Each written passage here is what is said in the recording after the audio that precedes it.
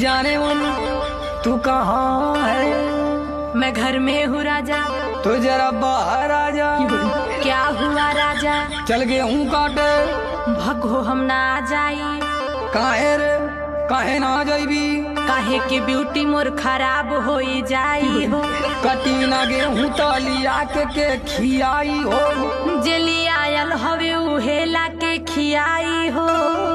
हाथ में कपलिया के देवया घवाई हो। तोहे हम गेहूं काटे वाली लगत हई का? तक कतही कमा हरानी जी तू हई का? लेके दहेज आइल बानी नई हरे से। हाथ लतियाई के भगाई देहब घर से। देखा कुछ हो कला हमसे न होई कटिया हो। टका दिन भर बैठ के तोड़बू घर में खटिया हो। देखा हमसे न जबरी कटिया तू करावा हो। और हाई पकड़ा तारी आज चल के चुपचाप गेहूं तू